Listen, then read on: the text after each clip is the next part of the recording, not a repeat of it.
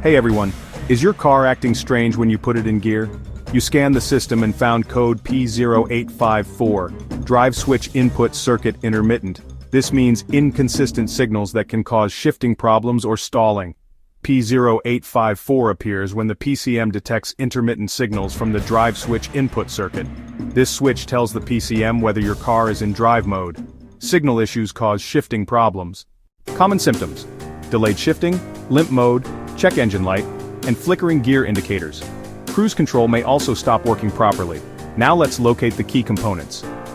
Drive mode switch, located near the gear shift assembly or integrated into the transmission range sensor.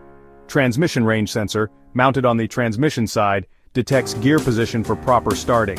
PCM, usually in the engine bay near the fuse box, monitors all sensor inputs.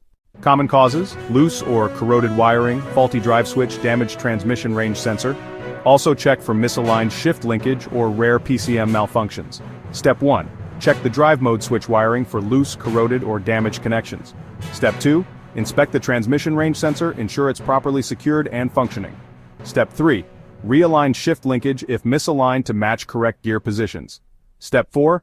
Clear the code and test drive to verify the repair was successful.